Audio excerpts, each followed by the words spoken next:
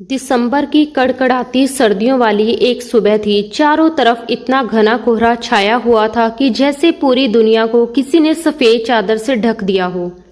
गुलबर्ग में खड़ी वह पुरानी और आलीशान हवेली थी। धुंध में आधी छिपी हुई सी लग रही थी। ठंडी हवाएं इतनी तेज और चुभने वाली थी कि बाहर खड़े रहना मुश्किल हो रहा था। मगर उसी हवेली के पीछे बने छोटे से रसोई घर में बैठी 21 साल की जरीन के लिए ये सर्दी किसी सजा से कम नहीं थी। बर्फ जैसे ठंडे फर्श पर बैठकर वह बर्तन धो रही थी। उसके हाथ ठंड से सुन्न हो चुके थे और सिंक में बर्तनों का ढेर लगा हुआ था। नल से गिरता बर्फ जैसा ठंडा पानी उसकी नाजुक उंगलियों को नीला कर रहा था। हर बार जब वह बर्तन रगड़ती तो उंगलियों में उठती तेज टिस उसके दिल तक पहुंच जाती, मगर वह बिना कुछ कहे चुपचाप काम करती जा रही थी। थकी हुई नजरों से उसने सामने दीवार पर टंगी घड़ी की तरफ देखा। सुबह के ठीक 8 बज चुके थे और घर में सुबह से ही अफरा तफरी मची हुई थी। उसके मन में अनगिनत ख्याल एक साथ उमड़ रहे थे। कभी वह सोचती कि क्या सच में ये वही घर है जिसमें वह पैदा हुई थी, वही घर जिसे उसके पापा सलीम साहब ने बड़े प्यार और शौक से बनवाया था, वही हवेली जिसमें वह बचपन से किसी राजकुमारी की तरह पली बड़ी थी, जहां उसकी हर छोटी बड़ी ख्वाहिश पूरी की जाती थी। मगर आज उसी घर में रहते हुए भी उसे ऐसा लगता था जैसे उसके पैरों के नीचे की जमीन खिसक चुकी हो। उसकी माँ रुखसाना बेगम, जो कभी इस घर की असली मालकिन हुआ करती थी, आज उसी घर के एक सीलन भरे कमरे में लकवे से जूझते हुए बिस्तर पर पड़ी थी। जरीन की आंखों में आंसू तक नहीं थे। शायद ठंड ने उन्हें भी जमा दिया था, या फिर हालात की सख्ती ने उसके दिल को इतना मजबूत बना दिया था कि अब रोने की ताकत भी नहीं बची थी। वह अब एक इंसान नहीं बल्कि एक मशीन बन चुकी थी। ऐसी मशीन जिसके अंदर भी भावनाएं हैं, यह मानने को कोई तैयार नहीं था। तभी अचानक ताई समीना की कड़कती हुई आवाज ने उसके खामोश ख्यालों को बेरहमी से तोड़ दिया। जरीन, अरे ओ महारानी, अभी तक बर्तन ही धो रही हो? जरीन घबराकर पीछे मुड़ी। रसोई के दरवाजे पर समीना बेगम हाथ बांधे खड़ी थी। उनके चेहरे पर हमेशा की तरह नाराजगी और कठोरता साफ झलक रही थी। उन्होंने तेज आवाज में कहा, तुम्हें पता है ना कि आज लंदन से तैमूर मिर्जा आ रहा है? उसके स्वागत में जरा भी कमी नहीं रहनी चाहिए। जल्दी जल्दी काम खत्म करो, फिर ड्राइंग रूम में जाकर हीटर चला दो और सुन लो, अगर मेहमान के सामने तुम अस्त व्यस्त हालत में नजर आई तो याद रखना, किसी को ये मौका मत देना कि लोग कहें इस घर में तुम्हारे साथ बहुत बुरा व्यवहार होता है, जबकि सच तो ये है कि हम तुम्हारे ऊपर एहसान कर रहे हैं। कोई और होता तो कब का तुम्हें और तुम्हारी माँ को घर से धक्के मारकर निकाल चुका होता। जरीन ने बिना कुछ कहे चुपचाप सिर झुका दिया। उसने अपने भीगे और ठंड से कांपते हाथों को अपनी कमीज के दामन से पोंछा और धीरे से खड़ी हो गई। ठंड की वजह से उसके शरीर के जोड़ दर्द कर रहे थे, मगर उसने शिकायत का एक शब्द भी नहीं कहा, क्योंकि इस घर में उसकी हैसियत किसी साइंस से ज्यादा नहीं रह गई थी। ऐसा साया जो मौजूद तो होता है लेकिन किसी की नजर में नहीं आता, सिवाय उस वक्त के जब काम करवाना हो। जब जरीन रसोई से बाहर निकली तो लॉन्च का दृश्य बिल्कुल बदला हुआ था। पूरे हॉल में मुलायम और महंगे कालीन बिछे हुए थे। बड़े बड़े झूमर अपनी सुनहरी रोशनी बिखेर रहे थे और हर कोने में लगे हीटरों की वजह से वातावरण गर्म और आरामदेह लग रहा था। मगर ये गर्माहट जरीन के ठंड से जमे हुए जिस्म को अजीब तरह से चुभ रही थी, जैसे इस चमकदार माहौल में उसका ठंडा और थका हुआ वजूद बिल्कुल बेगाना हो।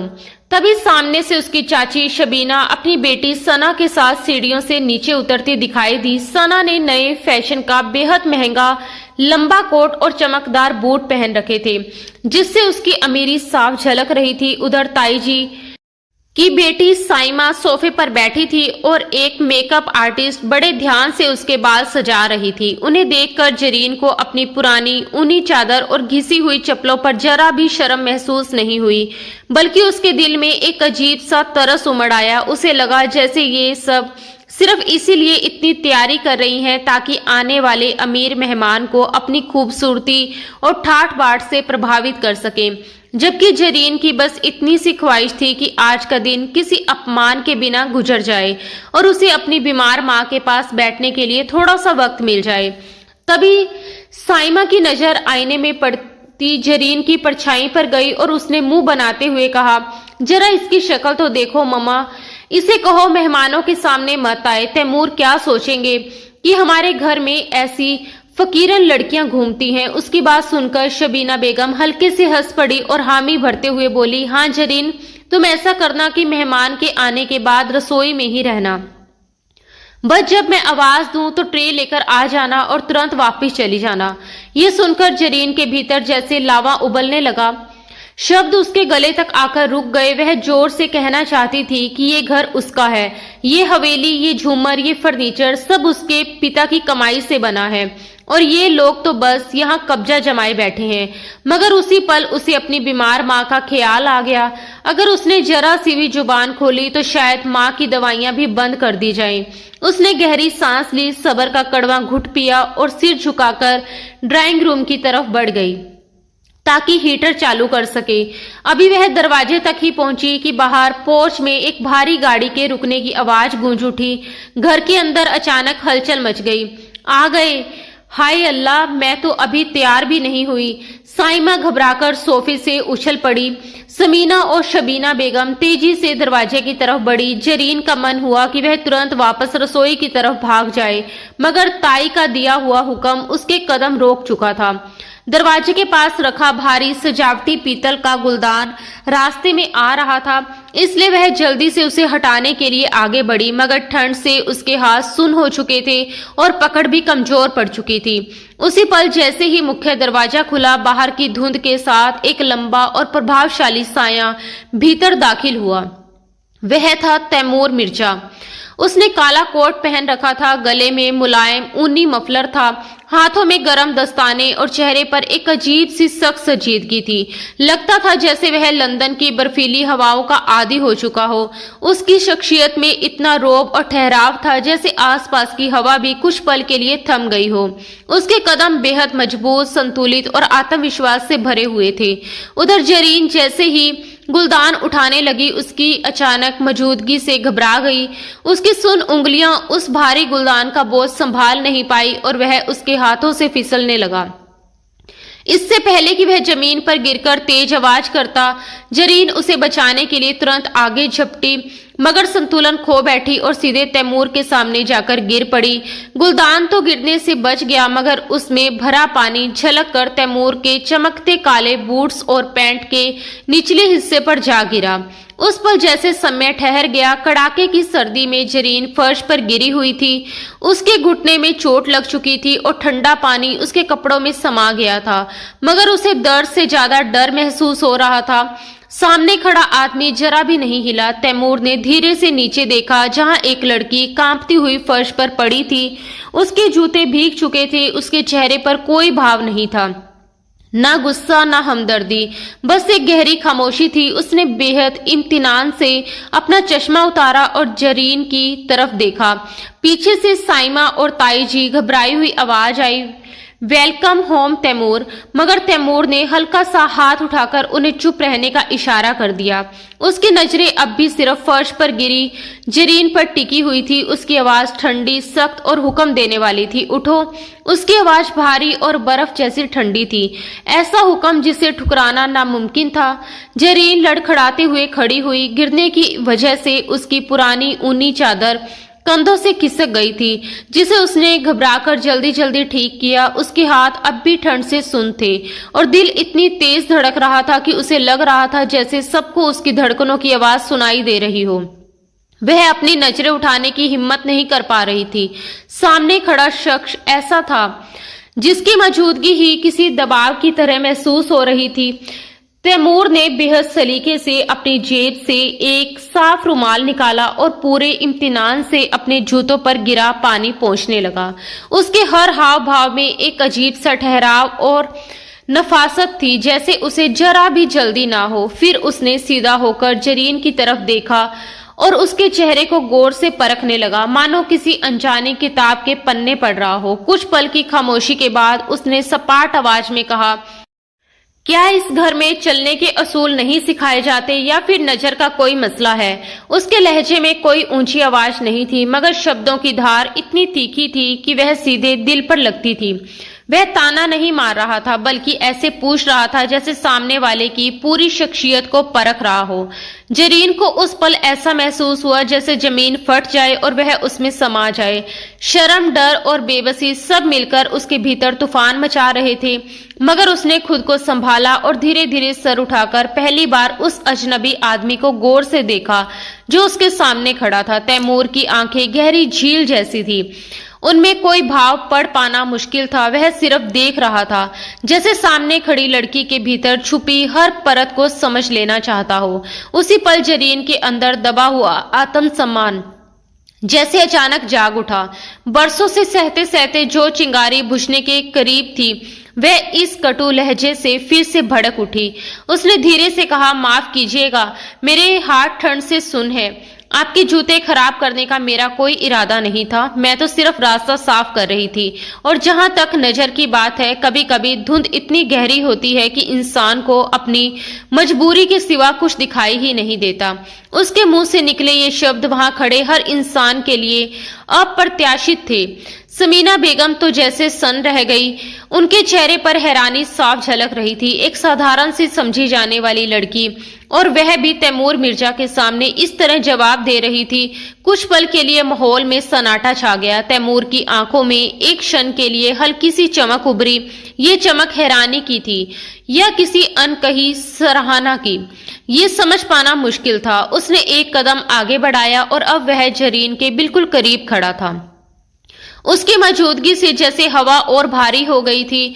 उसने ठंडी आवाज में कहा, धुंध बाहर है मोहतरमा, घर के अंदर नहीं। और अपनी मजबूरी को अपनी नाकाबिलियत का बहाना मत बनाइए, गलती मानना सीखिए, बहाने हमेशा कमजोर लोग बनाते हैं। ये कहकर उसने बेहद बेरुखी से उसे हल्का सा किनारे किया और आगे बढ़ गया, जैसे ये पूरा वाकया उसके लिए कोई मायने ही ना रखता हो। मगर उसके कहे हुए शब्द जरीन के दिल में किसी तेज नुकीले तीर की तरह धंस चुके थे। कमजोर, उसने मन ही मन ये शब्द दोहराया। उसके भीतर कहीं गहरी जगह दर्द की एक लहर उठी। तुम क्या जानो तैमूर मिर्जा, वह मन ही मन सोचने लगी कि मैं कितनी बड़ी जंग लड़ रही हूँ। उधर ताई समीना घबराकर तुरंत तैमूर के पीछे भागी और बेहद बनावटी मुस्कान के साथ बोली, अरे बेटा, आई एम सो सॉरी, ये लड़की तो बस ऐसी ही है, दिमाग थोड़ा कमजोर है इसका, यतीम है ना, हमने तरस खाकर पाला है, इसकी बातों का बुरा मत मानना। फिर उन्होंने मुड़कर तेज आवाज में कहा, जाओ जरीन, यहाँ से दफा हो जाओ और मेहमान के लिए कॉफी बनाकर लाओ। जरीन ने अपने आंसुओं को बड़ी मुश्किल से रोका। उसने सिर झुका लिया और धीरे धीरे लंगड़ाते हुए रसोई की तरफ चल पड़ी। गिरने की वजह से उसका घुटना पूरी तरह जख्मी हो गया था और हर कदम पर दर्द उठ रहा था, मगर उसके जिस्म का ये दर्द उस चोट के सामने कुछ भी नहीं था जो अभी अभी उसकी रूह को लगी थी। ड्राइंग रूम में तैमूर सोफे पर ऐसे बैठा था जैसे किसी शाही दरबार का मालिक हो। उसका अंदाज ठहरा हुआ, गंभीर और प्रभावशाली था। वह खामोश था, मगर उसकी आंखें सब कुछ देख और समझ रही थी। सामने ताई और चाची उसकी खुशामद में लगी हुई थी, हर बात में उसकी तारीफों के पुल बांध रही थी। दूसरी तरफ साइमा और सना बनावटी हंसी हंसते हुए उससे अजीब अजीब सवाल पूछ रही थी, जैसे किसी तरह उसका ध्यान अपनी तरफ खींच लेना चाहती हो। तैमूर बाहर से शांत दिखाई दे रहा था, मगर उसकी गहरी और पैनी नजरें कमरे की हर छोटी बड़ी बात को गौर से परख रही थी। उसे ये सब किसी नाटक जैसा लग रहा था। हर चेहरा जैसे एक बनावटी मुखौटा पहने हुए था। फिर भी वह कुछ बोले बिना एक तमाशबीन की तरह सब कुछ देखता और सुनता रहा। थोड़ी देर बाद जरीन कॉफी की ट्रे लेकर कमरे में दाखिल हुई।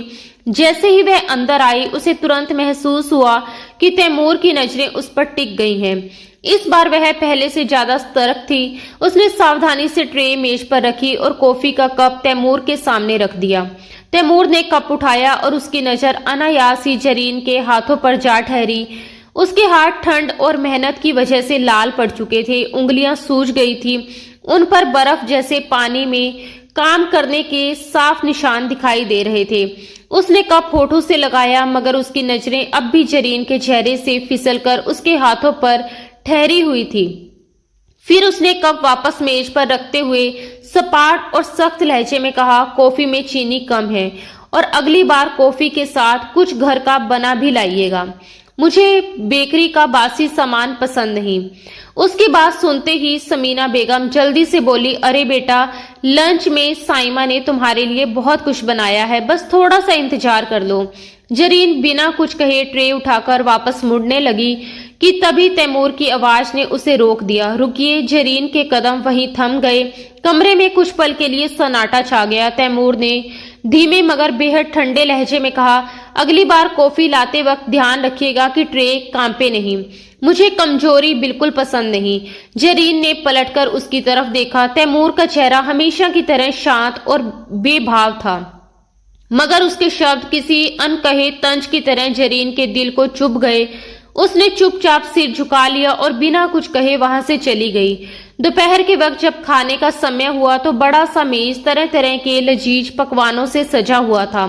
तैमूर मेज के सिरहाने वाली कुर्सी पर बैठा था और बाकी सब लोग उसके आसपास बैठे थे। साइमा और सना दोनों उसकी प्लेट में खाना परोसने के लिए जैसे होड़ लगा रही थी। ये कढ़ाई मैंने बनाई है तैमूर, साइमा ने मुस्कुराते हुए झूठ बोला। और ये मिठाई मैंने बनाई है, सना ने भी गर्व से दावा किया। दोनों ने एक दूसरे की तरफ चोरी छिपे नजर डाली, क्योंकि दोनों ही जानती थी कि ये सब झूठ है। असल में ये सब पकवान किसी और ने बनाए थे। तैमूर खामोशी से खाना खाता रहा। वह हर निवाले को ध्यान से चख रहा था, जैसे स्वाद के साथ साथ सच्चाई भी परख रहा हो। खाना बेहद ही स्वादिष्ट और संतुलित बनाया हुआ था। कमरे के एक कोने में खड़ी जरीन ये सब चुपचाप देख और सुन रही थी। सुबह से जले हुए हाथों और थके हुए जिस्म के साथ उसने ये सारा खाना तैयार किया था, मगर उसके मेहनत का सारा श्रेय कोई और ले रहा था। अचानक तैमूर ने चम्मच मेज पर रख दिया और अपनी नजरें साइमा की तरफ उठाई। उसकी आंखों में हल्की सी जिज्ञासा थी और होठों पर एक नपी तुली मुस्कान। इस कढ़ाई में आपने कौन सा खास मसाला इस्तेमाल किया है? उसने बेहद शांत लहजे में पूछा। इसका स्वाद आम रेसिपी जैसा नहीं है, काफी रिवायती और संतुलित है। उसके शब्द तारीफ जैसे लग रहे थे, मगर उसकी नजरों में साफ जांच पड़ताल थी। साइमा एकदम से हड़बड़ा गई। वह कुछ पल तक चुप रही, फिर जल्दी से बोली, वो बस शान के मसाले और थोड़ा सा दही डाल दिया था। तैमूर ने हल्का सा भौं उठाया और प्लेट की तरफ देखते हुए बोला, दही? इस डिश में तो आमतौर पर टमाटर की बेस होती है, दही डालने से तो ये फट जाती है। दिलचस्प। उसके होठों पर हल्की सी तंज भरी मुस्कान आई और वह दोबारा खाने में लग गया। साइमा का चेहरा एकदम फीका पड़ गया, जबकि शबीना और समीना ने तुरंत बात बदलने की कोशिश की, मगर माहौल की अजीब सी जेम छुप नहीं सकी। तैमूर समझ चुका था कि ये हाथ असल में खाना बनाने वाले नहीं हैं, मगर उसने किसी का पर्दाफाश नहीं किया। वह जानना चाहता था कि इस पर्दे के पीछे असली हाथ किसका है। रात काफी गहरी हो चुकी थी, बाहर धुंध और भी घनी हो गई थी और पूरी हवेली पर एक अजीब सा सन्नाटा उतर आया था। तैमूर को नींद नहीं आ रही थी। वह अपने कमरे से बाहर निकला और धीरे धीरे सीढ़ियां उतरते हुए नीचे आ गया। चलते चलते वह घर के पिछले हिस्से की ओर बढ़ा। तभी उसकी नजर एक हल्की सी रोशनी पर पड़ी। वह कोई स्टोर रूम नहीं था, बल्कि पुराना सा बरामदा था, जिसे शीशे लगाकर बंद कर दिया गया था। तैमूर उत्सुकता से खिड़की के पास जाकर खड़ा हो गया। अंदर का दृश्य देखते ही उसके कदम वहीं रुक गए। हीटर की हल्की रोशनी में फर्श पर वही लड़की जरीन बैठी हुई थी। उसके कंधों पर वही पुरानी ऊनी चादर थी, मगर इस वक्त वह ना बर्तन धो रही थी, ना कोई काम कर रही थी। उसके सामने एक बड़ा कैनवस रखा था और हाथ में ब्रश था। वह पेंटिंग बना रही थी। उसके चेहरे पर दिन भर की थकान या बेबसी नहीं थी, बल्कि एक अजीब सा गहरा सुकून था, जैसे वह इस दुनिया से बिल्कुल अलग किसी और ही दुनिया में खो गई हो। कैनवस पर गहरे नीले और काले रंगों से वह एक उफनता हुआ तूफान बना रही थी।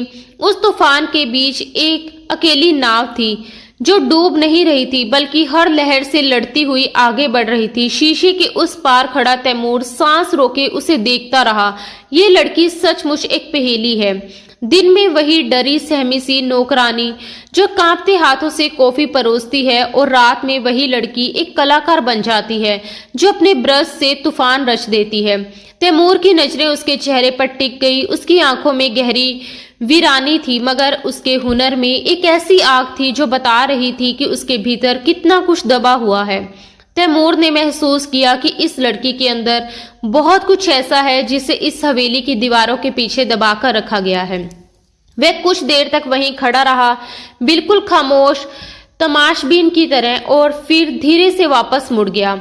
उसके दिल में एक फैसला जन्म ले चुका था। वह इस लड़की की असली कहानी जरूर जानेगा। वह यहाँ एक कारोबारी समझौते और तयशुदा शादी के इरादे से आया था, मगर उसे अंदाजा भी नहीं था कि उसका सामना एक बागी दिल से होने वाला है। एक ऐसा बागी जो इस वक्त अपनी ही सल्तनत में कैदी बनकर जी रहा था। दिसंबर की जमा देने वाली रातें जितनी लंबी थी, जरीन के लिए उतनी ही सब्र आजमाने वाली भी थी। पिछले एक हफ्ते में इस घर की पूरी तस्वीर बदल चुकी थी। तैमूर मिर्जा के आने से हवेली के सारे नियम और तौर तरीके उलट पुलट हो गए थे, मगर इस बदलाव का सबसे भारी बोझ जरीन के कंधों पर आ पड़ा था। उसके लिए तैमूर कोई ख्वाबों का शहजादा या प्रिंस चार्मिंग नहीं था, बल्कि एक नई मुसीबत था। एक घमंडी, अकड़ू और अमीर लंदन वाला साहब जिसके नखरे उठाते उठाते उसकी कमर टूट जाती थी। जरीन को उससे सख्त चिढ़ होने लगी थी। जब भी वह सामने आता, उसकी आंखों में एक अजीब सा भाव होता, जैसे वह जरीन को किसी माइक्रोस्कोप के नीचे रखकर परख रहा हो। और जरीन के लिए वह बस एक और अमीर आदमी था जिसे अपनी दौलत और अपनी खूबसूरत शख्सियत पर बहुत नाज था। अपनी इज्जत और खुददारी को बचाने के लिए वह उससे जितना हो सके दूर रहना चाहती थी, मगर मुश्किल ये थी कि तैमूर को कॉफी सिर्फ जरीन के हाथ की ही पसंद थी, और ये बात ताई समीना के लिए किसी मुसीबत से कम नहीं थी।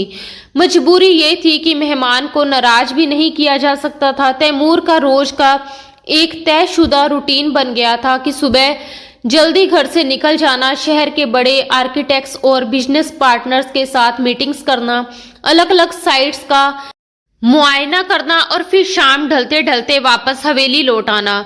उसकी वापसी का वक्त जैसे पूरे घर के लिए किसी छोटे त्योहार से कम नहीं होता था। शाम होते ही हवेली में अजीब सी हलचल शुरू हो जाती। साइमा और सना दिन भर या तो पार्लरों में वक्त बिताती या बाजारों में शॉपिंग करती, ताकि शाम को तैमूर के सामने कोई नया अंदाज, नया लिबास और नई अदाएं पेश कर सके। उस दिन भी शाम के करीब 7 बज रहे थे। लॉन्च में हीटर जल रहा था और हल्की गर्माहट पूरे कमरे में फैल रही थी। जेरीन एक कोने में खड़ी पर्दों की सलवटें ठीक कर रही थी। तभी मुख्य दरवाजा खुला और तैमूर अंदर दाखिल हुआ। आज उसने गहरे नीले रंग का सिलेकेदार सूट पहन रखा था और चेहरे पर दिन भर की थकान साफ दिखाई दे रही थी। जैसे ही वह अंदर आया, साइमा जो पहले से ही पूरी तैयारी के साथ बैठी हुई थी, तुरंत अपनी जगह से उछलकर खड़ी हो गई। उसने आज हल्के गुलाबी रंग के बेहद चमत्कार ड्रेस पहन रखी थी, जिस पर सितारों जैसी कढ़ाई चमक रही थी। पैरों में इतनी ऊंची हील्स थी कि ठीक से चलना भी मुश्किल लग रहा था। वह लहराती हुई आवाज में बोली, हेलो तैमूर, वेलकम बैक, और संभलते संभलते उसकी तरफ बढ़ी। तैमूर ने उसे सिर से पांव तक गौर से देखा और बड़ी मुश्किल से अपनी हंसी रोक ली। फिर बेहद गंभीर लहजे में बोला, हेलो साइमा। एक पल के लिए तो मुझे लगा कि घर में कोई फैंसी ड्रेस शो चल रहा है। फिर याद आया कि ये तो तुम्हारा रोज का स्टाइल है। वैसे एक बात बताओ, इन जूतों में तुम चल भी लेती हो या बस मूर्ति बनकर खड़ी रहती हो? उसका लहजा बिल्कुल सीधा और संजीदा था, मगर उसके शब्दों का तंज साफ महसूस हो रहा था। मगर साइमा ने इसे तारीफ समझ लिया और शर्माते हुए बोली, ओ थैंक यू तैमूर, ये इम्पोर्टेंट है। फैशन के लिए थोड़ा दर्द तो सहना ही पड़ता है। दूसरी तरफ सना खुद को बहुत समझदार साबित करने की कोशिश में लगी हुई थी। उसके हाथ में एक अंग्रेजी उपन्यास था जिसे वह उल्टा पकड़े बैठी थी। वह तैमूर की तरफ मुड़ी और बोली, तैमूर, मैं सोच रही थी कि तुम्हारे नए प्रोजेक्ट के आर्किटेक्ट पर तुमसे डिस्कस करूं। मुझे बिल्डिंग्स के स्ट्रक्चर में बहुत दिलचस्पी है। तैमूर आराम से सोफे पर बैठ गया और अपनी टाई की गांठ ढीली करने लगा। उसके होठों पर हल्की सी मुस्कान उभरी। उसने शांत स्वर में कहा, जरूर सना, मगर पहले ये बताओ कि क्या तुम इमारतों के नक्शे भी वैसे ही उल्टे देखती हो जैसे ये किताब पकड़ रखी है। सना घबराकर तुरंत किताब सीधी करने लगी, जबकि तैमूर ने खुलकर हंसने की बजाय बस हल्की सी मुस्कान अपने होठों पर रहने दी। जरीन ये सब चुपचाप देख रही थी। उसे तैमूर की हाजिर जवाबी पर हैरानी तो हुई, मगर ये सब उसे बेहद खोखला और बनावटी लगा। वह चुपचाप वहां से निकलने ही वाली थी कि अचानक तैमूर की आवाज ने जैसे उसके कदम रोक लिए। मिस जरीन, मेरी कॉफी। उसके लहजे में वही हुक्म देने वाली ठंडक थी जो जरीन को जहर जैसी लगती थी। उसने पलटकर देखा, तैमूर अब पूरी तरह गंभीर था और सीधा उसी तरफ देख रहा था। अभी लाती हूँ, उसने छोटा सा जवाब दिया और रसोई की तरफ बढ़ गई। किचन में पहुंचते ही उसने झुंझलाहट में एक बर्तन जोर से रख दिया और बड़बड़ाने लगी, खुद को समझता क्या है, बादशाह सलामत। जरा सी देर हो जाए तो माथे पर बल पड़ जाते हैं। अल्लाह करे इसकी कॉफी पीते वक्त इसमें मच्छर गिर जाए और वो मच्छर इसके पेट में जाने की बजाय सीधे इसके दिमाग में चला जाए। जब अपने ही दिमाग में भिनभिनाहट होगी तो दूसरों की कमियां निकालना भूल जाएगा। वह कुछ देर ऐसे ही बड़बड़ाती रही, मगर कॉफी बनाते वक्त उसने पूरी सावधानी बरती, क्योंकि वह ताई समीना की डांट बिल्कुल नहीं सुनना चाहती थी। कुछ ही देर बाद जब वह कॉफी की ट्रे लेकर वापस लॉन्ज में पहुंची तो वहां का नजारा बदल चुका था। ताई समीना और चाची शबीना आकर बैठ चुकी थी और दोनों पूरे उत्साह के साथ तैमूर की खुशामद करने में लगी हुई थी। जरीन ने चुपचाप कॉफी का कप तैमूर के सामने रख दिया। तैमूर ने कप उठाया, एक घुट लिया और कुछ पल के लिए आंखें बंद कर ली, जैसे स्वाद को परख रहा हो। फिर हल्की सी सांस छोड़ते हुए बोला, परफेक्ट। पूरे शहर में ऐसी कॉफी शायद ही कहीं मिलती हो। उसने कप मेज पर रखते हुए जरीन की तरफ देखा और कहा, मिस जरीन, क्या आपने कॉफी बनाने का कोई डिप्लोमा किया है या ये भी कोई खानदानी राज है? उसके सवाल में हल्की सी मुस्कान थी, मगर आवाज में वही ठहराव। जरीन ने उसकी तरफ देखा तक नहीं, वह बस वहां से जल्दी निकल जाना चाहती थी। उसने सपाट लहजे में जवाब दिया, हर काम के लिए डिग्री की जरूरत नहीं होती, कुछ चीजें मजबूरी सिखा देती हैं। इतना कहते ही ताई समीना ने उसे घूरकर देखा और झिड़कते हुए बोली, ज्यादा जबान मत चलाओ, जाओ जाकर बाकी काम देखो। जरीन मुड़कर जाने ही लगी थी कि तैमूर की आवाज फिर गूंजी, रुकिए, मैंने अभी बात खत्म नहीं की। जरीन के कदम वहीं थम गए। तैमूर कुछ पल उसे देखता रहा, फिर बोला, जरीन, आप दिन भर काम करती रहती हैं, क्या आपको कभी थकान महसूस नहीं होती? मैं देखता हूँ जब मैं सुबह घर से निकलता हूँ तब भी आप काम में लगी होती हैं और जब रात को लौटता हूँ तब भी। क्या आपको आराम करने का कोई वक्त नहीं मिलता? उसके सवाल में हमदर्दी थी या सिर्फ जिज्ञासा, ये समझना मुश्किल था, मगर जरीन को ये सब एक बनावटी दिलचस्पी जैसा लगा। उसने धीरे से सर उठाया। उसकी आंखों के नीचे थकान के गहरे साए थे, मगर उसकी आवाज चट्टान जैसी सख्त थी। गरीबों को थकने का हक नहीं होता मिस्टर तैमूर, और वैसे भी ये मेरा घर है। मैं यहाँ काम अपनी माँ और अपनी छत के लिए करती हूँ, किसी के एहसान तले नहीं हूँ। आप अपनी कॉफी एंजॉय कीजिए, मेरा फिक्र रहने दीजिए। इतना कहकर वह तेजी से मुड़ गई। इस बार तैमूर उसे रोक नहीं सका, वह बस खामोशी से उसे जाते हुए देखता रह गया। उस लड़की की खुददारी उसके दिल को अजीब तरह से छू रही थी। जितनी बार वह उसे किसी छोटे या दबे हुए माहौल में देखता, वह उतनी ही मजबूती से सामने खड़ी नजर आती। इसके उल्ट साइमा और सना की बनावटी अदाएं और बेवकूफी भरी हरकतें उसे और ज्यादा चिढ़ा रही थी। रात के खाने पर माहौल को खुशगवार बनाने की पूरी कोशिश की गई थी। डाइनिंग टेबल पर मुर्ग मुसल्लम, बिरयानी और तरह तरह के सलाद सजे हुए थे। ताई समीना और चाची शबीना के बीच जैसे एक खामोश मुकाबला चल रहा था कि कौन तैमूर की प्लेट में ज्यादा परोसे। समीना बेगम बोली, तैमूर बेटा, ये चिकन पीस लो, साइमा ने खास तुम्हारे लिए मंगवाया है। शबीना भी तुरंत बोल उठी, नहीं बेटा, ये कबाब खाओ, सना कह रही थी कि तुम्हें स्पाइसी पसंद है। तैमूर ने हल्की मुस्कान के साथ दोनों के हाथ रोक दिए और बोला, आंटी, खाना बहुत लजीज है, मगर आज मैं आप सबसे एक बहुत अहम बात करना चाहता हूँ। उसके इतना कहते ही मेज पर अचानक सन्नाटा छा गया। प्लेटों और चमचों की खनकती आवाजें थम गई। जेरीन एक तरफ खड़ी पानी का जग भर रही थी। इस बातचीत में उसकी कोई दिलचस्पी नहीं थी। वह बस मन ही मन दुआ कर रही थी कि खाना जल्दी खत्म हो जाए ताकि वह अपनी माँ के पास जा सके। तैमूर ने नैपकिन से अपना मुंह साफ किया और सबकी तरफ नजर दौड़ाते हुए बोला, दरअसल मैंने फैसला किया है कि अब मुझे सेटल हो जाना चाहिए। रोज रोज की तन्हाई से मैं थक चुका हूँ। ताई समीना और चाची शबीना की आंखों में उम्मीद की चमक जगमगा उठी।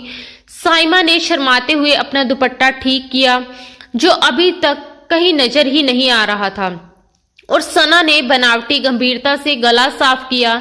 ताई समीना ने उत्सुकता से पूछा, तो तुमने क्या सोचा बेटा? तैमूर ने बेहद इम्तिनान से कहा कि मैंने मम्मा को कॉल कर दिया है, वो अगले हफ्ते लंदन से आ रही है। मम्मा आ रही है? सब एक साथ बोल उठे। तैमूर ने सिर हिलाया, जी, और वो खाली हाथ नहीं आएंगी, वो अपने साथ हमारी खानदानी अंगूठी भी ला रही हैं। मैंने उन्हें बता दिया है कि मुझे कैसी लड़की पसंद है। वो आएंगी, खुद उस लड़की को देखेंगी और फिर मंगनी की रस्म अदा करेंगी। उसके होठों पर हल्की सी रहस्यमयी मुस्कान थी। कमरे में जैसे अचानक हलचल मच गई। ताई समीना ने मन ही मन तय कर लिया कि जरूर तैमूर ने साइमा को पसंद किया होगा, आखिर वह ज्यादा खूबसूरत है। वहीं चाची शबीना को पूरा यकीन था कि तैमूर सना की मॉडर्न बातों से प्रभावित हो चुका है। दोनों औरतों ने एक दूसरे की तरफ विजयी मगर छुपी हुई दुश्मनी भरी नजरों से देखा। अरे वाह, ये तो बहुत खुशी की बात है, समीना बेगम उत्साह से बोली। तुम्हारी मम्मा को तो हम सराखों पर बिठाएंगे, मगर बेटा ये तो बताओ कि तुमने उन्हें किसके बारे में बताया है? कोई इशारा तो दो। तैमूर ने पानी का गिलास उठाया और एक घुट लिया। उसी पल उसकी नजर अनायास ही जेरीन की तरफ उठी, जो बिल्कुल बेपरवाह से दीवार की तरफ देख रही थी, जैसे इस पूरी बातचीत में उसका कोई लेना देना ही ना हो। इस खबर से उसे जरा भी फर्क नहीं पड़ता था। तैमूर हल्की सी मुस्कान के साथ बोला, मैंने मम्मा से कहा है कि मुझे ऐसी लड़की चाहिए जो सिर्फ घर सजाना ही ना जानती हो, बल्कि घर संभालना भी जानती हो, जो हीरे जवाहरात की नुमाइश ना करे, बल्कि जिसका किरदार ही खुद हीरे की तरह चमके। और मुझे पूरा यकीन है कि मेरी पसंद पर मम्मा भी अपनी मोहर लगा देंगी। आप लोग बस तैयारी रखिए। उसकी इस बात ने ताई और चाची दोनों को उलझन में डाल दिया। घर संभालना और अच्छा किरदार, दोनों को लगा कि ये सारी खूबियां तो उनकी बेटियों में कूट कूट कर भरी हुई है। साइना ने मन ही मन फैसला कर लिया कि अब उसे किचन में जाकर फोटो खिंचवाने होंगे ताकि तैमूर को लगे कि वह कितनी घरेलू लड़की है। वहीं सना ने तय कर लिया कि वह तैमूर के सामने बेहद धार्मिक बनने का नाटक करेगी। जेरीन ने दिल ही दिल में एक ठंडी सांस ली। शुक्र है, अगर इसकी शादी हो गई तो शायद ये इस घर से चला जाएगा या अपनी बीवी को लेकर अलग हो जाएगा, बस मेरी जान छूटे। उसने मन ही मन सोचा। उसे तैमूर की बातों में अपने लिए कोई इशारा नजर नहीं आया, क्योंकि उसके हिसाब से तैमूर जैसा अमीर और घमंडी इंसान कभी भी एक नौकरानी को पसंद करने की गलती नहीं कर सकता था। खाने के बाद जब जेरीन रसोई में बर्तन समेट रही थी, तैमूर पानी पीने के बहाने किचन में आ गया, मगर जेरीन ने उसे पूरी तरह नजरअंदाज करते हुए अपना काम जारी रखा। तभी तैमूर ने अचानक कहा, तैयार रहना जेरीन। जेरीन चौंक कर उसकी तरफ मुड़ी। किस लिए? बर्तन तो मैं धो रही हूँ, और क्या तैयारी करनी है? तैमूर हल्के से हंसा और बोला, मेहमानों की आमद की, घर में रौनक लगने वाली है। और हाँ, मेरी कॉफी में चीनी थोड़ी कम रखा करो, जिंदगी में पहले ही बहुत मिठास आने वाली है। इतना कहकर वह एक पहेली जैसा जुमला उछालते हुए वहां से चला गया और जेरीन वहीं खड़ी रह गई। उसके माथे पर बल पड़ गए।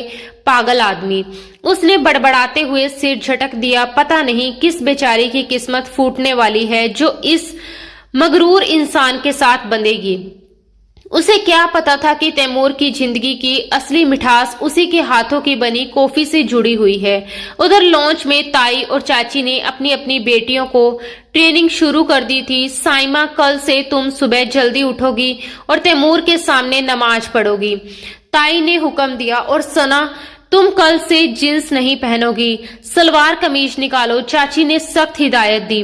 हवेली अब किसी जंग के मैदान जैसी लगने लगी थी। उधर तैमूर अपने कमरे में खिड़की के पास खड़ा था। उसके हाथ में कॉफी का कप था और वह नीचे आंगन में फैली धुंध और टिमटिमाती रोशनियों को देख रहा था। उसने धीमे से खुद से कहा, बहुत जल्द मिस जरीन, आपको पता चल जाएगा कि तैमूर मिर्जा क्या चीज है। आप जिस पिंजरे में कैद हैं उसकी चाबी मेरे पास है। उसके होठों पर हल्की सी मुस्कान आ गई। जंग का बेगुल बज चुका था और आने वाला हफ्ता फैसला करने वाला था। पूरे शहर पर दिसंबर की वह रात किसी आफत की तरह उतरी थी। आसमान जैसे फट पड़ा था और मूसलाधार बारिश कहर बनकर बरस रही थी। तेज हवाओं के झोंके हवेली की खिड़कियों से टकरा रहे थे, जैसे अंदर घुसने की जिद कर रहे हों।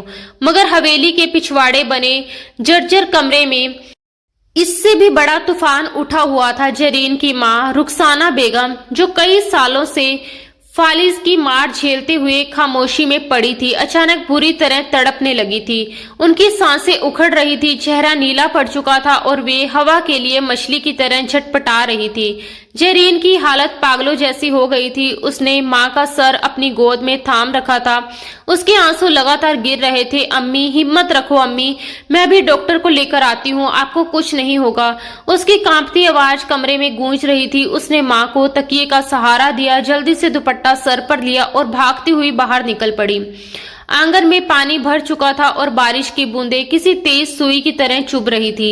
मगर जरीन को कुछ महसूस ही नहीं हो रहा था। वह दौड़ते हुए मुख्य इमारत के दरवाजे तक पहुंची और जोर जोर से दरवाजा पीटने लगी। अंदर गहरा सन्नाटा था। सब लोग गहरी नींद में सो रहे थे। ताई जान, खुदा वास्ते दरवाजा खोलिए। चाची जान, मेरी माँ मर रही है, मुझे गाड़ी की चाबी दे दीजिए या एम्बुलेंस को फोन करने दीजिए। उसकी चीखें बारिश के शोर में दबती जा रही थी। वह लगातार अपनी मुट्ठियों से भारी लकड़ी का दरवाजा पीटती रही। काफी देर बाद जब उसकी उम्मीदें टूटने लगी थी, तब जाकर दरवाजा थोड़ा सा खुला। सामने ताई समीना का नींद से भरा और चिड़ा हुआ चेहरा नजर आया। उन्होंने झुंझलाकर कहा, ये क्या मुसीबत है जरीन? आधी रात को क्यों तमाशा मचा रखा है? जिन भूतों की तरह क्यों चिल्ला रही हो? और फिर सख्ती से उसे डांट दिया। जरीन लगभग उनके पैरों में गिरने ही वाली थी। वह कांपती आवाज में बोली, ताईजान, अम्मी की सांस रुक रही है, खुदा के लिए ड्राइवर को बुला दीजिए या गाड़ी की चाबी दे दीजिए, हमें तुरंत अस्पताल जाना है वरना वो मर जाएगी। ताई ने उसे तिरस्कार भरी नजर से देखा और फिर आसमान की ओर देखते हुए झुंझलाकर बोली, पागल हो गई हो क्या? इतनी भयानक बारिश में ड्राइवर कहाँ जाएगा? और गाड़ी अभी अभी सर्विस से आई है, मैं उसे कीचड़ में खराब नहीं करवाऊंगी। ये तुम्हारी माँ का रोज का ड्रामा है। जाओ, जाकर उन्हें गर्म पानी पिला दो, सुबह देखा जाएगा। इतना कहकर उन्होंने बेरहमी की सारी हदें पार करते हुए दरवाजा जरीन के मुंह पर बंद कर दिया। जरीन वहीं पत्थर की तरह खड़ी रह गई।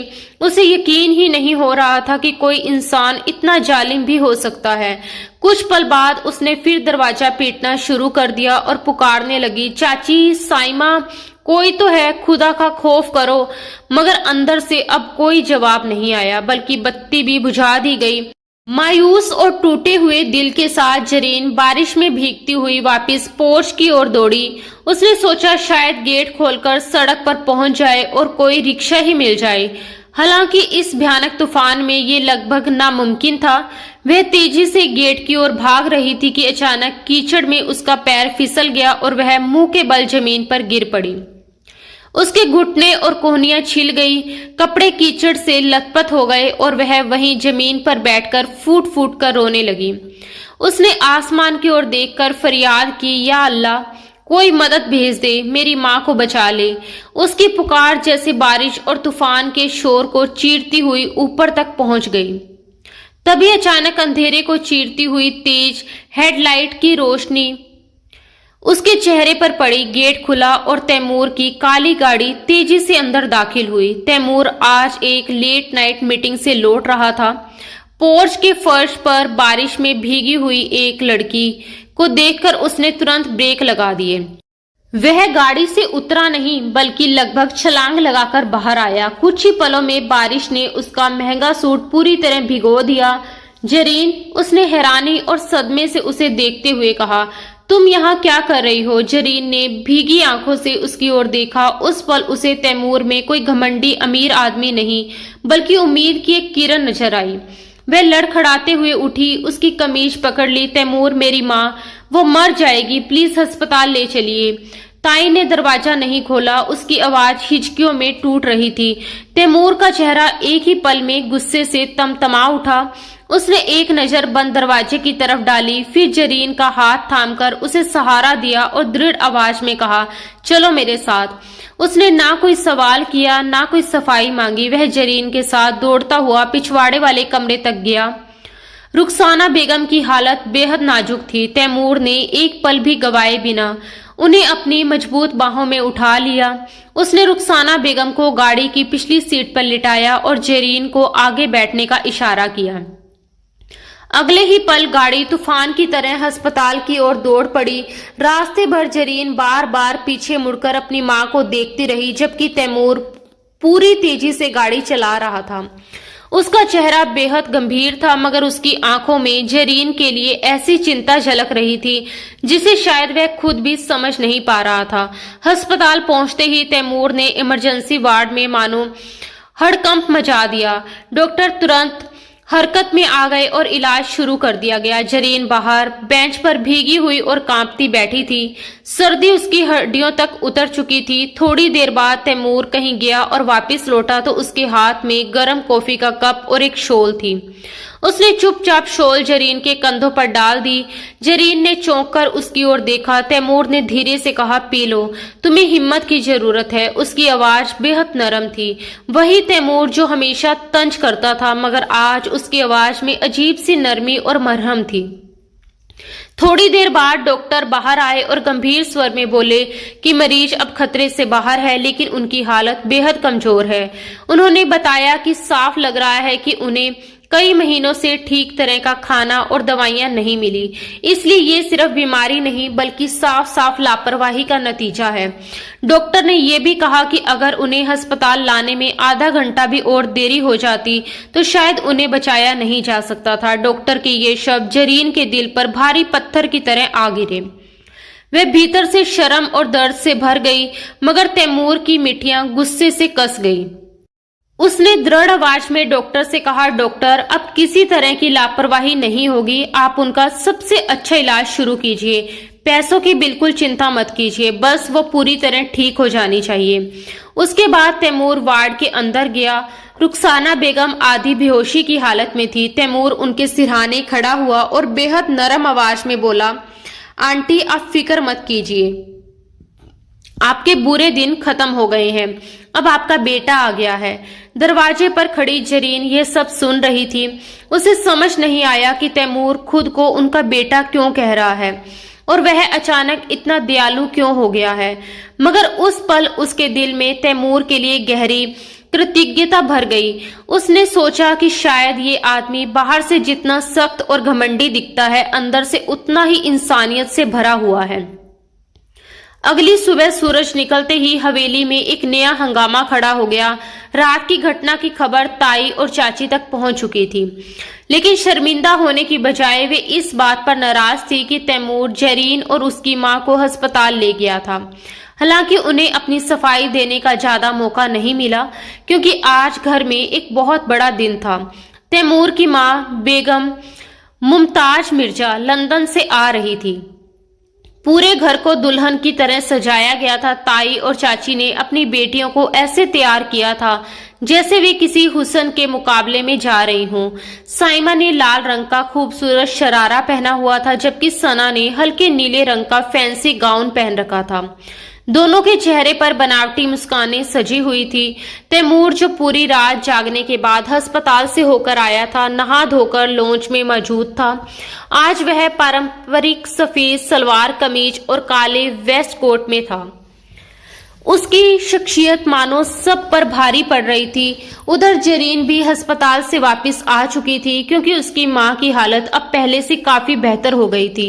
उन्हें छुट्टी देकर वह घर ले आई थी। रात के मुकाबले अब उनकी हालत में काफी सुधार था, लेकिन हवेली पहुंचते ही ताई ने उसे सख्त आवाज में आदेश दिया था कि वह मेहमानों के सामने बिल्कुल न आए और पर्दे के पीछे रहकर सिर्फ खाने पीने का इंतजाम देखे। जरीन ने थकी हुई आंखों और पीले पड़े चेहरे के साथ हमेशा की तरह सिर झुका लिया और चुपचाप रसोई के दरवाजे की ओट में खड़ी हो गई। तभी बाहर गाड़ी का हॉर्न बजा और बेगम मुमताज मिर्जा बड़ी शान और गरिमा के साथ हवेली के अंदर दाखिल हुई।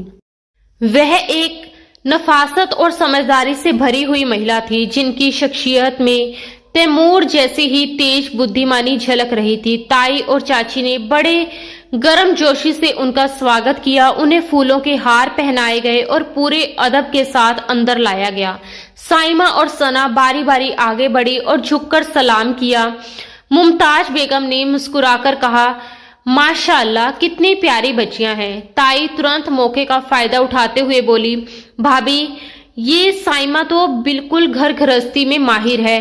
कल से आपकी आमद की सारी तैयारियों में लगी हुई है। चाची भी कहाँ पीछे रहने वाली थी। उन्होंने तुरंत बात संभाली, और सना तो बहुत समझदार और पढ़ी लिखी है, बिल्कुल तैमूर के स्वभाव जैसी, मॉडर्न और समझदार। तैमूर चुपचाप खड़ा एक ऐसी रहस्यमयी मुस्कान के साथ मुस्कुरा रहा था जो तूफान आने से ठीक पहले छाई खामोशी जैसी लग रही थी। मुमताज बेगम ने जब उसकी ओर देखा तो माँ और बेटे की नजरें मिली, और उस एक नजर में जैसे कोई खामोश संदेश एक दूसरे तक पहुंच गया।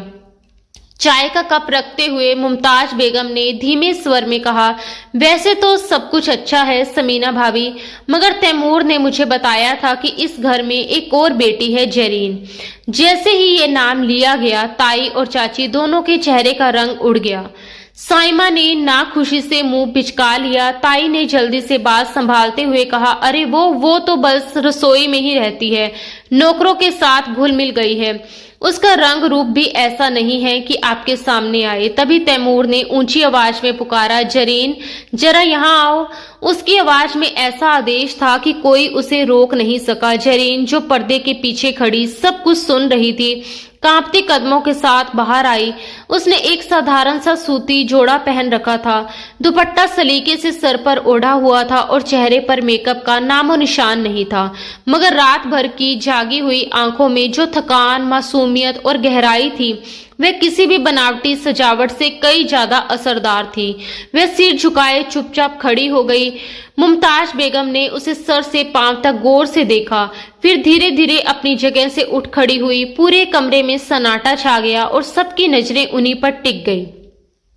वह धीमे कदमों से साइमा और सना के पास से गुजरी और सीधे जरीन के सामने जाकर रुक गई। जरीन ने घबराकर धीरे से सर उठाया।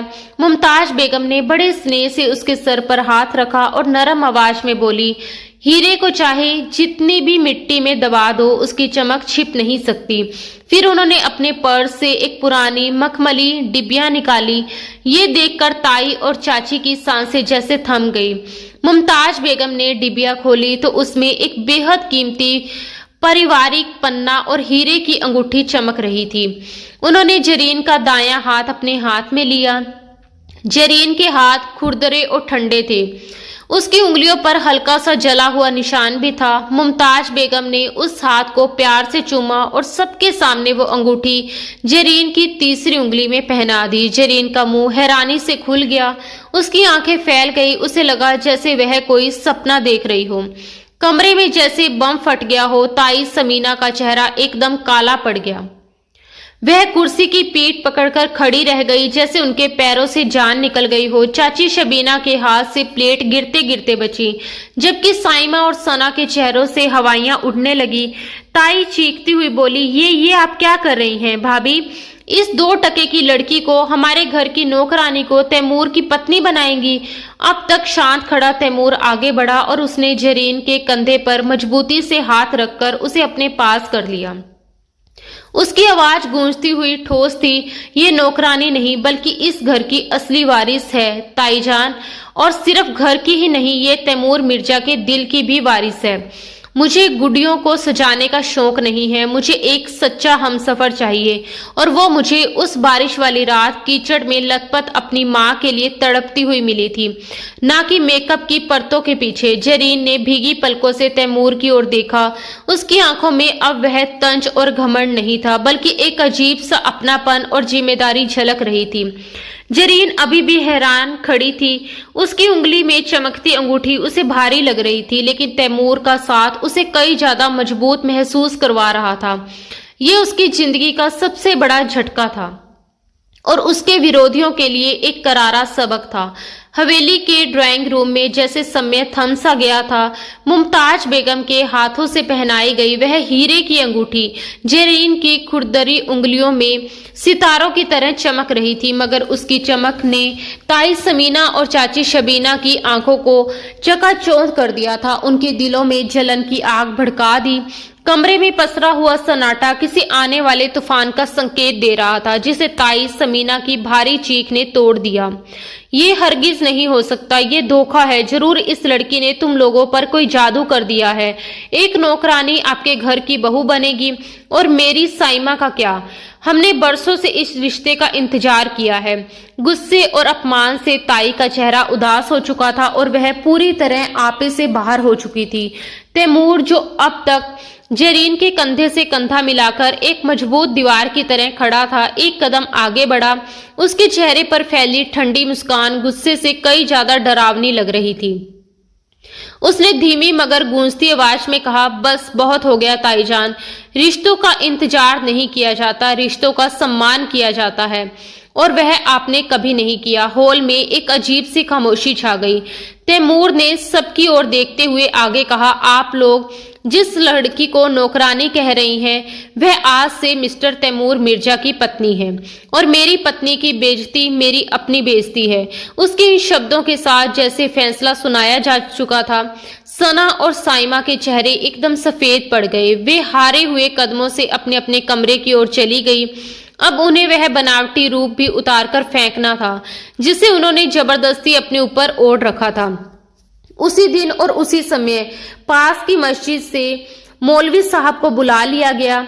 जरीन अब भी सदमे और खुशी के मिले जुले एहसास में डूबी हुई थी। उसे समझ ही नहीं आ रहा था कि ये सब सच है या वह कोई सपना देख रही है। उसने वही साधारण सा सूती जोड़ा पहन रखा था, लेकिन जब मुमताज बेगम ने अपने सर से लाल दुपट्टा उतारकर उसके सर पर रखा तो उसका चेहरा चौदहवीं के चांद की तरह दमक उठा। फिर वह पल आया जब तीन छोटे से शब्द कबूल है, कबूल है, कबूल है ने जरीन की पूरी तकदीर बदल दी।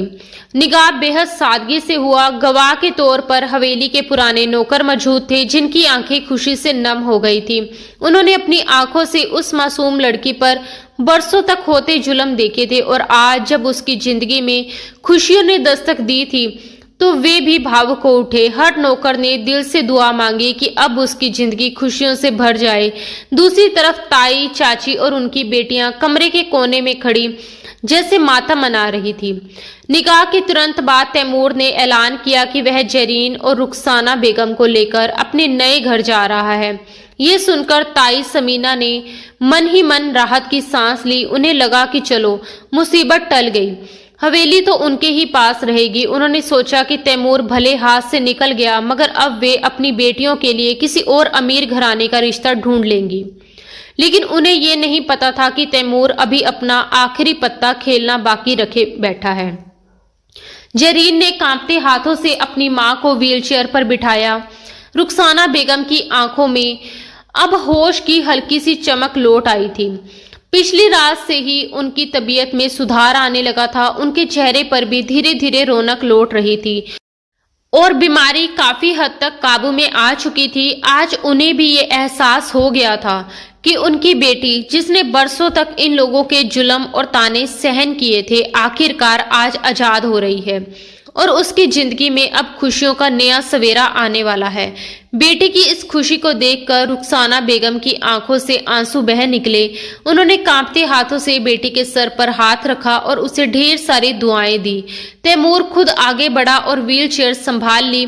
जब वे सब पोर्च तक पहुंचे तो बारिश थम चुकी थी, हवा धुली हुई थी और उसमें एक ताजा खुशबू घुली हुई थी, जैसे नई शुरुआत का पैगाम दे रही हो। तैमूर ने जरीन को गाड़ी में बिठाया और खुद ड्राइविंग सीट संभाल ली। जैसे ही गाड़ी हवेली के फाटक से बाहर निकली, जरीन ने पीछे मुड़कर उस घर को देखा, वही घर जहां उसने बचपन से जवानी तक सिर्फ दुख, ताने और तकलीफें ही झेली थी।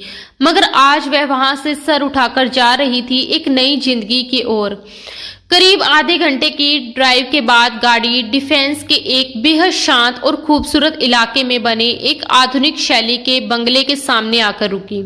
ये घर उस पुरानी हवेली की तरह रहस्यमय और बंद नहीं था, बल्कि खुला, उजला और हवादार था। चारों तरफ फैला हरा भरा लॉन, जिसमें ताजा खिले लाल और गुलाबी गुलाब हवा के साथ झूम रहे थे, पूरे माहौल को महका रहे थे। ऐसा लग रहा था जैसे ये घर किसी नई शुरुआत का स्वागत करने के लिए सजा हो। गाड़ी रुकते ही घर का स्टाफ बड़े आदर और गर्मजोशी के साथ बाहर आया और सबने झुककर उनका स्वागत किया। तैमूर ने बिना देर किए सबसे पहले रुखसाना बेगम का ध्यान रखा। उसने खुद आगे बढ़कर व्हीलचेयर संभाली और उन्हें बड़े एहतियात से उस कमरे तक पहुंचाया जो खास तौर पर उनके लिए तैयार किया गया था। वह कमरा बेहद आरामदायक और रोशनी से भरा हुआ था, जहां 2 नर्सें पहले से मौजूद थी और डॉक्टरों की टीम भी उनकी हालत देखने के लिए तैयार खड़ी थी। डॉक्टरों ने रुखसाना बेगम का तुरंत चेकअप किया और तैमूर को भरोसा दिलाया कि अब उन्हें किसी तरह की चिंता करने की जरूरत नहीं है, क्योंकि अब मरीज पूरी तरह सुरक्षित हाथों में है और जल्द ही उनकी सेहत और बेहतर हो जाएगी। मां को इतने सुकून और देखभाल में देखकर जरीन की आंखों से आंसू अपने आप बह निकले। उसे यकीन ही नहीं हो रहा था कि जिस माँ के लिए वह कल रात तक दर दर भटक रही थी, आज वही माँ इतनी इज्जत और आराम के साथ इलाज पा रही है। कुछ देर बाद जब उसे तसल्ली हो गई कि रुखसाना बेगम सुरक्षित है, तो वह धीरे धीरे बाहर लॉन्च की ओर चली आई। लॉन्च बेहद सलीके से सजा हुआ था। बड़ी खिड़कियों से धूप अंदर आ रही थी और हल्की खुशबू पूरे कमरे में फैली हुई थी। वहां तैमूर पहले से खड़ा था और जैसे वह उसी का इंतजार कर रहा हो। जैसे ही जरीन अंदर आई, तैमूर ने उसकी तरफ देखा और हल्की मुस्कान के साथ बोला, खुशामदीद मिसेज मिर्जा। ये शब्द सुनते ही जरीन के कदम जैसे ठिठक गए। वह अभी भी इस नए रिश्ते और नई जिंदगी को समझने की कोशिश कर रही थी। वह हल्की झिझक के साथ आगे बढ़ी और धीरे से सोफे पर बैठ गई। कुछ पल चुप रहने के बाद उसने धीमी आवाज में कहा, तैमूर जी, मुझे सच में समझ नहीं आ रहा कि मैं आपका शुक्रिया अदा कैसे करूं। आपने मेरे लिए जो कुछ किया वह कोई भी नहीं करता। आपने मुझ जैसी मामूली सी लड़की के लिए इतना सब कुछ, लेकिन वह अपनी बात पूरी भी नहीं कर पाई कि तैमूर ने तुरंत अपनी उंगलियां उसके होठों पर रख दी और मुस्कुराते हुए उसे चुप करवा दिया। उसकी आवाज बेहद नरम थी जब उसने कहा, खुद को मामूली मत कहो, तुम मामूली नहीं हो जरीन, तुम अनमोल हो। ये शब्द सुनकर जरीन की आंखें झुक गई और उसके दिल में एक अनजाना सुकून उतर आया। अभी दोनों के बीच ये खामोश और भावुक पल चल ही रहा था कि अचानक तैमूर का फोन बज उठा। फोन की आवाज ने उस सन्नाटे को तोड़ दिया। तैमूर ने फोन उठाया, स्क्रीन पर नजर डाली और फिर कॉल रिसीव कर लिया। उसने जानबूझकर स्पीकर ऑन कर दिया। दूसरी तरफ से ताई समीना की बेहद घबराई हुई और कांपती आवाज सुनाई दी, तैमूर बेटा, ये क्या हो रहा है? यहाँ पुलिस और वकील क्यों आए हुए हैं? ये क्या कह रहे हैं कि हमें घर खाली करना होगा? ये कैसा मजाक है? उनकी आवाज में डर साफ झलक रहा था। तैमूर ने एक पल के लिए जरीन की तरफ देखा, फिर बेहद ठंडे और सख्त लहजे में फोन पर जवाब दिया, ये मजाक नहीं है ताईजान, ये इंसाफ है। उसकी आवाज इतनी शांत थी कि उसमें छिपी कठोरता और भी गहरी लग रही थी। वह आगे बोला, जिस हवेली में आप लोग इतने सालों से रह रहे हैं, वह असल में सलीम अंकल की थी और कानूनी तौर पर उस हवेली की असली वारिस जरीन है। आप लोगों ने उस घर पर इतने सालों से गैर कानूनी कब्जा कर रखा था। मेरे डैड के पास उस घर के असली कागजात सुरक्षित थे और मैं वही कागजात लंदन से अपने साथ लेकर आया हूँ। अब सब कुछ कानून के सामने साफ है। इसलिए मैंने वकील को साफ आदेश दे दिया कि आप लोगों के पास इस हवेली को खाली करने के लिए सिर्फ 24 घंटे का समय है। उसके बाद कानून अपना काम करेगी। फोन के दूसरी तरफ से अचानक चीख पुकार और घबराई हुई माफी मांगने की आवाजें आने लगी। माहौल एकदम बदल गया था। थोड़ी ही देर में चाची शबीना भी रोते हुए फोन पर आ गई। उनकी आवाज कांप रही थी, जैसे डर ने उनके दिल को जकड़ लिया हो।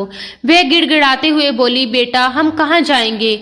अगर हमें घर से निकाल दिया गया तो हम सड़क पर आ जाएंगे। खुदा के लिए ऐसा मत करो, हम बर्बाद हो जाएंगे। उनकी आवाज में वही घबराहट थी जो कभी जरीन की आवाज में हुआ करती थी, जब वह रहम की भीख मांगती थी और कोई सुनने वाला नहीं होता था।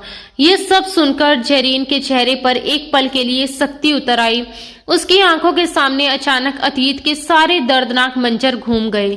वे दिन जब उसे जानबूझकर भूखा रखा जाता था, वे रातें जब उसकी माँ को दवा तक नहीं दी जाती थी, वे अपमान भरे पल जब उसे उसी घर में नौकरानी की तरह काम करने पर मजबूर किया जाता था, जो असल में उसके पिता की विरासत था। हर याद उसके दिल को चीर रही थी। तैमूर चुपचाप खड़ा उसे देख रहा था। उसकी आंखों में एक सवाल था, जैसे वह कह रहा हो कि अब फैसला तुम्हारा है। उसने धीमे लेकिन स्पष्ट शब्दों में कहा, उन्हें निकाल दो जरीन, उन्होंने तुम पर बहुत जुल्म किए हैं। उसके शब्दों में उकसावा था, मगर फैसला फिर भी जरीन के हाथ में ही था। कुछ पल तक कमरे में खामोशी छाई रही। फिर जरीन धीरे धीरे उठी और शांत कदमों से चलते हुए तैमूर के करीब आ गई। उसने बिना कुछ कहे तैमूर के हाथ से फोन ले लिया। जैसे ही फोन उसके हाथ में आया, दूसरी तरफ अचानक सन्नाटा छा गया। वहां मौजूद हर शख्स जैसे सांस रोककर जरीन के फैसले का इंतजार कर रहा था। जरीन ने गहरी सांस ली और ठहराव भरी आवाज में कहा, ताईजान, मैं जरीन बोल रही हूँ, वही जरीन जिसे आपने कल रात बारिश में धक्का देकर घर से बाहर निकाल दिया था। उसके शब्द शांत थे, मगर उनमें ऐसी सच्चाई थी जिसने दूसरी तरफ बैठे लोगों को चुप करवा दिया। कुछ ही पल में वहां से धीमी धीमी सिसकियों की आवाज आने लगी। जरीन कुछ क्षण के लिए रुकी, फिर बोली, मेरा दिल चाहता है कि आज मैं आपको वही सब महसूस करवाऊं जो मैंने और मेरी माँ ने बरसों तक सहा है। बेघर होना, लवारिस होना और हर पल बेबस महसूस करना। ये कहते हुए उसकी आंखों में दर्द भी था और ताकत भी थी। तैमूर अपनी पत्नी को गौर से देख रहा था। उसकी आंखों में गर्व और प्यार साफ झलक रहा था। लेकिन अगले ही पल जरीन ने गहरी सांस ली और अपनी आवाज को और स्थिर करते हुए कहा, लेकिन मैं सलीम साहब की बेटी हूँ और मेरा दिल आप लोगों जैसा नहीं है। मुझे वह हवेली नहीं चाहिए, क्योंकि वह घर अब मेरे लिए सिर्फ दर्द और अपमान की याद बन चुका है। मुझे मेरा असली घर मिल चुका है और मेरा घर वह है जहाँ मेरा रक्षक मेरे साथ खड़ा है। उसने एक पल के लिए तैमूर की तरफ देखा, फिर फोन पर बोली, आप लोग उसी हवेली में रहिए, लेकिन बस इतना याद रखिएगा कि ये घर अब आपकी ताकत नहीं बल्कि मेरी दी हुई खैरात है। उसी लड़की की खैरात जिसे आप 2 टके की समझते थे। ये कहकर जरीन ने बिना कोई और शब्द कहे फोन काट दिया। तैमूर उसे हैरानी और बेहद गहरे प्यार भरी नजरों से देख रहा था, क्योंकि जरीन उससे लिपटी खड़ी थी। कुछ पल बाद उसने धीमी आवाज में पूछा, तुमने उन्हें माफ कर दिया? वो इसके काबिल तो बिल्कुल नहीं थे। जरीन के होठों पर हल्की सी मुस्कान उभरी। उसने धीरे से सिर हिलाया और बोली, नहीं तैमूर, मैंने उन्हें माफ नहीं किया। मैंने तो बस उन्हें अपने एहसान के नीचे दबा दिया है। अगर मैं उन्हें घर से निकाल देती तो शायद लोग उन्हें मुजरिम समझते, उनके लिए हमदर्दी पैदा हो जाती। लेकिन अब वे जिंदगी भर शर्मिंदगी के साथ जिएंगे। जब भी उस घर की दीवारों, दरवाजों और छत को देखेंगे तो उन्हें हर बार ये एहसास होगा कि ये सब उन्हें खैरात में मिला है, उसी लड़की की खैरात जिसे वे 2 टके के समझते थे। वे थोड़ी देर रुकी, फिर शांत आवाज में बोली, और सच कहूं तो मैं नफरत का इतना भारी बोझ उठाकर अपने नए घर में कदम नहीं रखना चाहती थी। तैमूर ने बिना कुछ कहे अचानक उसके दोनों हाथ थाम लिए और उन्हें अपने होठों से छू लिया। उसकी आंखों में गर्व और मोहब्बत साफ दिखाई दे रही थी। वह मुस्कुराकर बोला, मैंने कहा था ना, मुझे हीरे की पहचान है। तुम सच में मेरे दिल की वारिस हो। रात पूरी तरह भीग चुकी थी। नए घर की छत पर हल्की हल्की बूंदाबांदी हो रही थी, बिल्कुल वैसे ही बारिश जैसे उनकी पहली मुलाकात के वक्त हुई थी। मगर उस रात की बारिश में दर्द था और आज की बारिश में सुकून। तैमूर और जरीन छत की रेलिंग के पास खड़े थे। जरीन ने एक खूबसूरत शॉल ओढ़ रखी थी और तैमूर ने उसे अपने बाजुओं के घेरे में ले रखा था। सामने पूरा शहर रोशनी से नहाया हुआ चमक रहा था। तैमूर ने झुककर धीरे से फुसफुसाया, जरीन। जरीन ने पलके उठाकर उसकी तरफ देखा। जी। तैमूर ने उसकी आंखों में देखते हुए पूछा, तुम्हें पता है मैंने तुम्हें अपना दिल कब दिया था? जरीन ने मासूमियत से सिर हिलाया। तैमूर हल्का सा मुस्कुराया और बोला, उस पहली रात जब तुम मेरे महंगे जूतों पर गिर पड़ी थी। जरीन ने तुरंत शरारत से भौहें चढ़ाई और सच, तैमूर हंस पड़ा। नहीं, उस वक्त तो मुझे तुम पर बहुत गुस्सा आया था। असल में मुझे तुमसे प्यार तब हुआ जब मैंने तुम्हें उस टूटी हुई खिड़की के पास छुपकर पेंटिंग करते हुए देखा था। तुम अपने कैनवास पर तूफान बना रही थी, लेकिन तुम्हारे चेहरे पर अजीब सा सुकून था। उस पल मैंने सोचा कि जो लड़की इतने दुखों और तकलीफों के बीच रहकर भी अपनी कला को मरने नहीं देती, वह कितनी मजबूत होगी। उसी वक्त मैंने तय कर लिया था कि मुझे ऐसी ही जीवन संगिनी चाहिए जो मेरी बेरंग दुनिया में सच्चे रंग भर सके। जरीन की आंखों में हल्की नमी चमक उठी। वह धीमी से बोली, मुझे तो लगा था कि आपको साइमा या सना जैसी मॉडर्न लड़कियां पसंद आएंगी। मैं तो बहुत साधारण हूँ। तैमूर ने तुरंत उसका चेहरा अपने हाथों में थाम लिया। उसकी आवाज में गहराई थी। सादगी ही तो सबसे बड़ा आकर्षण होती है जरीन। तुम उस कॉफी की तरह हो जिसमें चीनी भले कम हो, मगर उसकी खुशबू और असर बहुत देर तक रहता है। बाकी लड़कियां सोडा वाटर जैसी थी, थोड़ी देर शोर मचाया और फिर सब खत्म। लेकिन तुम सुकून हो। और तैमूर मिर्जा को अब जिंदगी में सिर्फ सुकून चाहिए। वह थोड़ा झुककर उसके करीब आया और धीमे से बोला, और अभी इसी वक्त मुझे उस सुकून की जरूरत है जो सिर्फ तुम मुझे अपनी बाहों में समेट कर दे सकती हो। उसकी बात सुनकर जरीन के गाल शर्म से लाल हो गए। तभी तैमूर ने अपनी जेब से एक छोटी सी चीज निकाली। वह वही पेंट ब्रश था जिसे जरीन उस रात इस्तेमाल कर रही थी। तैमूर ने मुस्कुराकर कहा, ये मैंने वहीं से चुरा लिया था। जरीन हैरानी से बोली, क्यों? तैमूर ने शरारती अंदाज में जवाब दिया, ताकि मैं अपनी जिंदगी का कैनवस तुम्हारे हवाले कर सकूं। जरीन, क्या तुम मेरे बेरंग दिनों को अपने रंगों में सजा दोगी? जरीन ने मुस्कुराते हुए वह ब्रश लिया और हल्के से तैमूर के सीने पर रख दिया। फिर बोली, मैं कोई बहुत बड़ी आर्टिस्ट तो नहीं हूँ तैमूर साहब, मगर वादा करती हूँ कि आपकी जिंदगी में कभी उदासी का सलेटी रंग नहीं आने दूंगी। तैमूर ने उसे और करीब खींच लिया। इस बीच बारिश थोड़ी तेज हो गई थी, मगर दोनों को उसकी बिल्कुल परवाह नहीं थी। तैमूर ने उसके कान के पास झुककर फुसफुसाया, वैसे एक बात कहूँ? जी। जरीन ने धीरे से पूछा। तैमूर मुस्कुराया और बोला, अब कॉफी में चीनी मत डालना, क्योंकि तुम्हारे आने से मेरी जिंदगी में मिठास वैसे ही आ चुकी है। मुझे कॉफी अब भी कड़वी ही पसंद है। ये सुनकर जरीन खिलखिलाकर हंस पड़ी। उसकी हंसी की खनक बारिश की आवाज के साथ घुलकर एक खूबसूरत राग बन गई थी। दूर कहीं हवेली में अब भी सन्नाटा पसरा हुआ था, लेकिन यहाँ दो दिलों के दीपक जल चुके थे जो अब किसी भी आंधी से बुझने वाले नहीं थे। ये कहानी एक टूटी हुई लड़की की थी जो अब एक रानी बन चुकी थी, और एक घमंडी राजकुमार की जो आखिरकार प्यार का फकीर बन गया था। आखिर में जीत प्यार की हुई और नफरत को हमेशा के लिए हार मिली। दोस्तों, अब आप जरूर बताइए कि आज की ये कहानी आपको कैसी लगी। अपने विचार और भावनाएं कमेंट बॉक्स में जरूर साझा करें, क्योंकि आपके कमेंट हमें और बेहतर कहानियां लाने की प्रेरणा देते हैं। अगर ये कहानी आपको पसंद आई हो तो इसे लाइक करना बिल्कुल ना भूलें। आपकी एक छोटी सी लाइक हमारे लिए बेहद मायने रखती है। और अगर आपको ऐसे ही दिल को छू लेने वाली कहानियां, रोमांटिक और प्यारी प्यारी कहानियां सुनना अच्छा लगता है तो हमारे चैनल से जुड़े रहिए। हम आपके लिए लगातार नई नई और खूबसूरत कहानियां लेकर आते रहेंगे।